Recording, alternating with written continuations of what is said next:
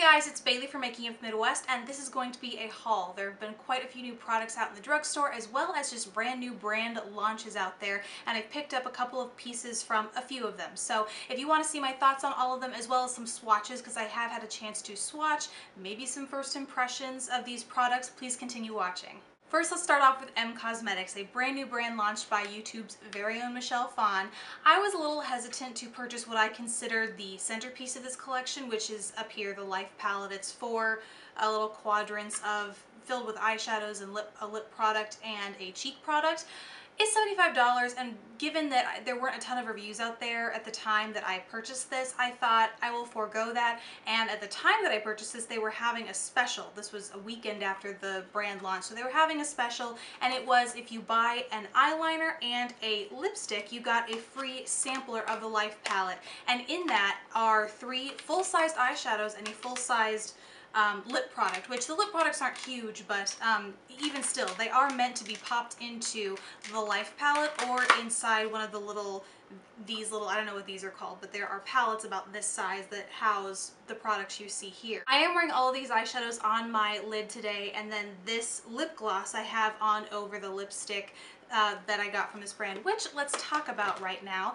This is just, I think this is just the regular lipstick from the brand in the shade Cuddle Up Pink, which is just a very soft, kind of nudie natural pink. I figured it was a safe way to go to get a good feel for the texture and wear time of this particular lipstick and balance out the somewhat vibrant color I got in the eyeliner, which is turquoise. And this is the eyeliner. It's an automatic liner, twist up, typical shade turquoise. On the other end, you have a smudger along with, I think, yes, a sharpener, so you could really get that tip nice and sharp if you want to do some precision work with your eyeliner. I asked you guys what kind of content you wanted to see from this, and overall it was a 60-second review response, so I think that's what I'm going to do, is maybe do some 60-second reviews of each of these and then maybe a tutorial or something like that. I'm not sure. Let me know what you want to see, not just of the M Cosmetics stuff, but of all the stuff I talk about today. But so far, that's what I'm thinking.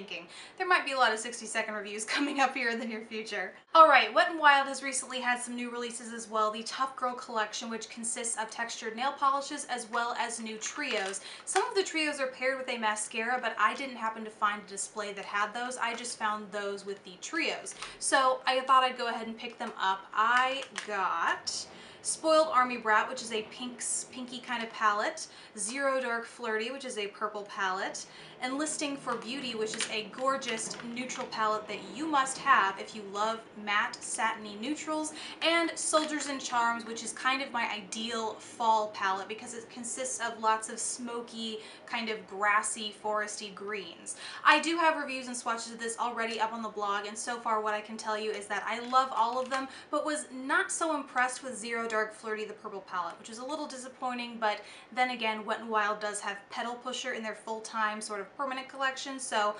surprising that they didn't nail the purples in this one, but still, there are a ton of great palettes in this collection if you find them elsewhere. So those are the new Wet n Wild palettes. I'd also like to have a tutorial with these coming up as well, because just like maybe a limited edition or new to the drugstore fall tutorial, because they are such great colors geared towards fall trends and fall looks and stuff like that. So you might see one of those coming up in the near future.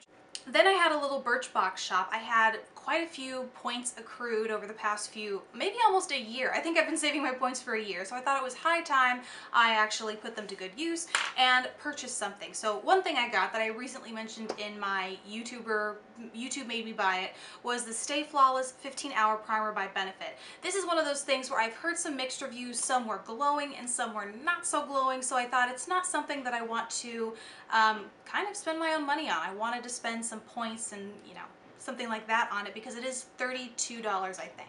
And this I'm currently wearing on my face right now. I'm testing it, however, so I only have it on this half of my face, and I paired it with the Instant Age Rewind from Maybelline, which is a foundation that I like, but it tends to get a little shiny, just tends to wear away in problem areas like my T-zone and my under eye area, so I thought that I would pair it with this to see if this really can stand up to the 15-hour claims. It can make kind of a so-so foundation really go the extra mile and last all day. The next Birchbox purchase was from the brand Make. This is one of their Molten Shadows in bronze, and I think the only shade that Birchbox carries on their site, maybe the only shade Make makes. I'm not sure. In the pan, it kind of looks like the shade Bad to the Bronze in the Maybelline Color Tattoo collection, but it has a little bit more of a green tinge. Also, the texture is entirely different. This is a mousse kind of texture, which really gives it that kind of molten shadowy feel. I wore this in a recent video. I forget which one it is, but I will maybe put a still or a little play it, you know, here in the corner or something. I really, really like this. It's very multifaceted, multi-dimensional, even when you wear it by itself on the lid. So I'm really eager to give this a go. Also, it stays. I wore it unprimed for like a night out, gave it a good wear and tear, and it stayed put very nicely. And then the last sort of bigger product from that haul or purchase, I suppose, is this palette from the brand Manna Kadar Beauty Simplified, and this is the Gold Digger palette, which at first I thought was a face palette, but as it turns out, it has 3 face products and then a few eye products, or 5 eyeshadows up here. Very neutral, you can see, so it's going to be one of those go-to travel palettes, good for the makeup kit for the makeup artists out there. But I wanted to give it a go because I'd never tried anything from this brand before. I've also worn these shadows in a video and really liked how smooth and creamy they were. They all are shimmery, so it's unfortunate there isn't a matte included in here, but the shimmer is so fine that it really gives them more of a luxe rich look as opposed to being like cheap shimmery. So there's something to be said for that, especially since this is not a cheap palette. I think it was 60 some, 62 maybe. But either way, this in my mind, really there's a high standard that goes with this because it is so expensive, and at face value kind of looks like a very basic, essential, but very basic palette. So I'll let you know my thoughts on that maybe in a blog post. Like I said, you let me know. Next kind of random purchase from the drugstore was Milani's Total Lash Cover Mascara with the 3-zone brush. A few people, I think 11th Gorgeous recently got this, and then Tati Glam Life Guru. I saw both of them get this in recent hauls, or like what's new from the drugstore, and I had to pick it up for myself because you know me and mascaras. I just like trying them.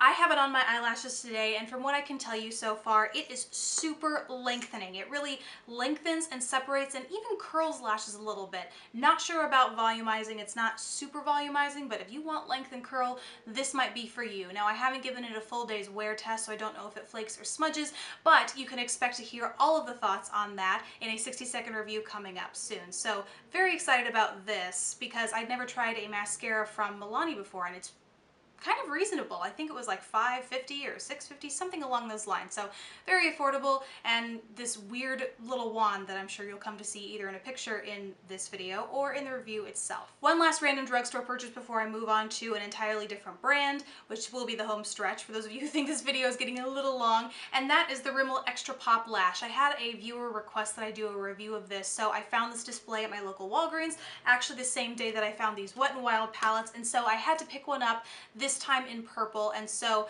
I do have some preliminary thoughts on this. They aren't super fantastic, but I will tell you it shows up on your lashes, and this mascara isn't awful for the lashes. Sometimes I feel like you have to compromise either pigmentation and color for cruddy looking like so-so lashes, which to me doesn't make sense. So the challenge in looking for colored mascaras is to find one that not only shows up, but also really does your lashes justice. So far I have mixed reviews on this, but again, I will let you know maybe in a 60-second review or something like that.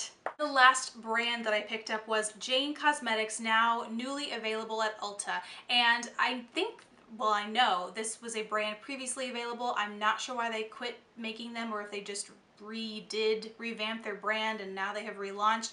I never tried the original brand, so this is my first time ever experiencing Jane Cosmetics, so I really have nothing to go off of and compare what is currently available to what was available, but I'm still going to share with you what I purchased. So what I'm holding in my hand right now are some cream eyeshadows. These are the Jane Cosmetics cream eyeshadows. This is in Brilliant Bronze, which is I mean, these are similar to this Make eyeshadow. They look molten when you wear them. Now, when you shear them out a little bit, they can get a little patchy, but for the most part, the consistency with these is really nice, and they're not so thin that when you shear them out, they're just going to become kind of nothingness, like a faint tint on your lid. These really are pretty brilliant shadows, and I got, obviously, what I said before, Brilliant Bronze and Polished Pewter, which just, oh, gorgeous. These just kind of struck me as very fall-y colors, which is why I picked these. Next, I love a good blush. This is the Jane Multicolored Cheek Powder. I think there were 6 or 8 of these. Some of them were blushes that look like this, like berry toned, rose colored. This is peach, just peach bouquet. And then there were also some, like a bronzy looking one of those multicolored, like pastel blue or purple and green, one of those color correcting ones, though that is available, and then a 6th one that I'm not entirely sure what it was. Anywho, I went with the peach bouquet because it just looks so gorgeous. Why else do we buy these things? But so far, it's kind of powdery, but I'm wearing it today on my cheeks, and you can see it can be worn very subtly, but I'm sure it can be built up as well. And last from Jane is a waterproof resistant liquid eyeliner. They had a ton of colors in these as well, all of them very fun, and all of them looking metallic, so I'm not sure. I almost wish I'd gone back and gotten a black or a brown to see if they were all kind of shiny and metallic, because sometimes I find that liquid eyeliner that dries shiny can look a little cheaper than, say, a matte or something like that. But anywho, I did not get a black or a brown. I got a metallic lilac, and so far it's very kind of watery. It has a thinner texture, which leads to not as much pigmentation as I would like, but I haven't actually worn it on my eyelid, so there's no telling how it will actually wear. But for now, just in swatching, the pigmentation is a little bit disappointing. So we'll see with all of these products. As I've been telling you throughout the video, please expect reviews from all of them, and that is it from me. That was quite the haul, but as I said, check the bottom bar for reviews on things like this and maybe others that I have up at the time that this video goes live, and that's it. I'd love to hear what you are hauling from the drugstore. If you're picking up any new brand products from new brands or new releases from drugstore launches, please let me know that either in a video response or in the comment section below. Thank you guys so much for watching. Please don't forget to subscribe if you haven't already, and I will see you in my next video. Bye!